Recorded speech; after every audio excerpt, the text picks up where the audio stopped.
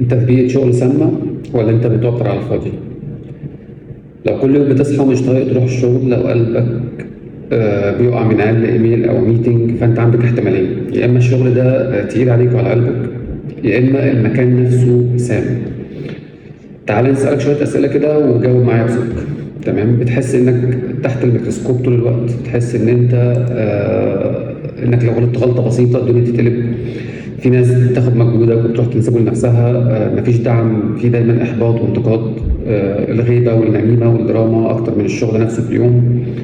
لو إجابتك أيوه على أكتر من اتنين من اللي أنا قلتهم في اللي فاتوا دول، فأنت غالبا في بيئة عمل سامة. طب إزاي تتصرف في الحالة دي؟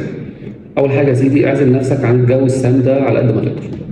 يعني ما تدخلش نفسك في الجروبات اللي كلها شكاوي وكلام فاضي والكلام ده. ركز على شغلك وابني سمعتك الصح، عشان لو قررت تمشي في يوم من الأيام تخرج بإيدك مش بقرارهم هم. يعني اكتب كل حاجة ووثق كل موقف، عشان مش كل الناس بتبقى نيتهم صافية.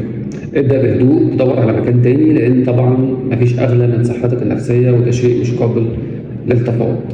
الشغل عمره ما كان ما يستاهل ان انت حتى تكره نفسك علشانه، وفي فرق كبير جدا بين شغل صعب وبين مكان بيكسرك او بيكسر فيك حته كل يوم. افتكر دايما ان المكان اللي مش شايفك ما يستاهلش اصلا ان انت تبقى فيه.